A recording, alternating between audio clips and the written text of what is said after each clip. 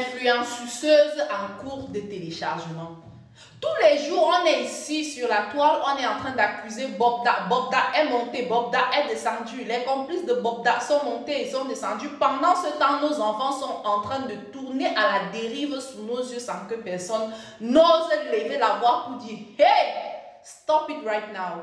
Like seriously. » Une enfant qui a moins de 20 ans est en train de faire la publicité d'une marque de produits qui vend une gamme de toilettes qu'elle est censée être en train d'utiliser, qui se commercialise à près de 190 000 francs CFA.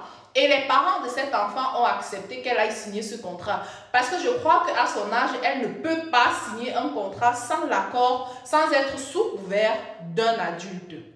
Donc, expliquez-moi un peu comment une enfant de cet âge-là peut être l'égérie d'une marque d'aussi haut de gamme, et on espère que les jeunes qui regardent ne vont pas devenir envieuses de cette jeune fille-là finalement et de vouloir devenir comme elle.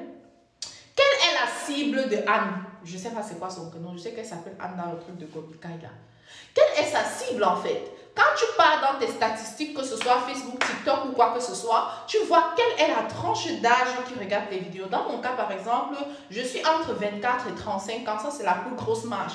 Après, il y a des plus jeunes et il y a des plus jeunes, plus vieux, pardon. Mais là, on est dans la tranche qui me correspond. Ok.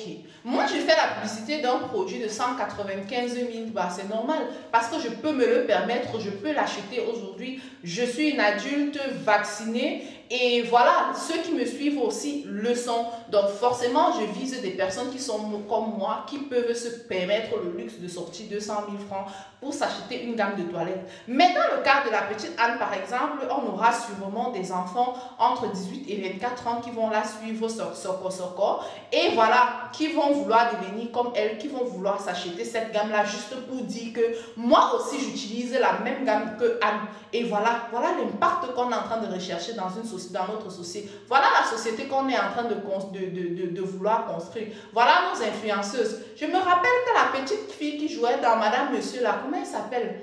À 13 ans, elle a offert une RAV4 à sa mère, à sa maman.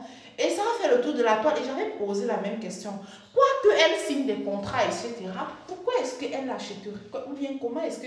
Bref, là n'est pas mon problème. Actuellement, on est en train de parler du cas de Anne. Chers parents, faites attention à qui est-ce que vos enfants suivent sur les réseaux. Parce que si vos enfants suivent cette petite Anne-là, disons-nous les vérités, frère. Quand tu regardes... Bon, moi, je ne suis pas une envieuse. Hein. Franchement, le matériel, ne faites pas attention aux mêmes prières que je dis ici. Je m'en fous royal. C'est-à-dire, mais à un point du bien d'autrui. Moi, ce que Dieu me donne, moi, je prends. Tant que j'ai mangé, tant que mes deux petits éléments si ont mangé, tant que je peux aider 2-3 personnes dans ma famille et tout, je dors tranquille. Je ne veux pas devenir riche dans ma vie. Même parce que la richesse, aussi, je ne veux pas être pauvre, mais je ne veux pas être riche, d'accord? Donc voilà, moi, je n'envie pas les gens. Mais quand on est jeune, beaucoup de personnes sont envieuses, surtout quand tu as faim. Quand tu n'as pas faim, tu peux te permettre le luxe aussi de dire que non, j'invite pas les gens. Mais quand tu as faim et que tu vois quelqu'un manger à côté, tu dis mince, le ventre affamé n'a point d'oreille. Faites attention à qui vos enfants suivent sur les réseaux. Franchement, la marque, le machin,